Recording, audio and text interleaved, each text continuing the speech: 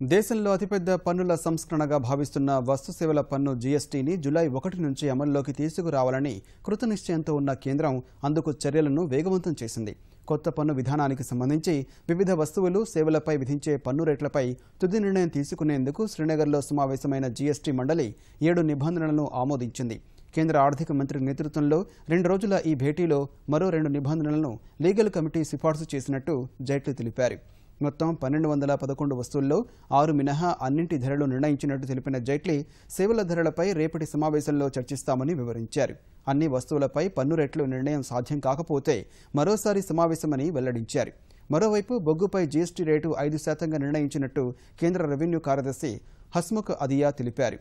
చక్కెర, తేనీరు, కాఫీ, వంట నూనెపై పన్ను రేటు 5% నిర్ణయించగా కేశతైలం, టూత్పేస్టుపై 18% పన్ను రేటును నిర్ణయించారు. తృణధాన్యాలు, పాలకు జీఎస్టీ నుంచి మినహాయింపు ఇచ్చినట్టు అదియా వివరించారు.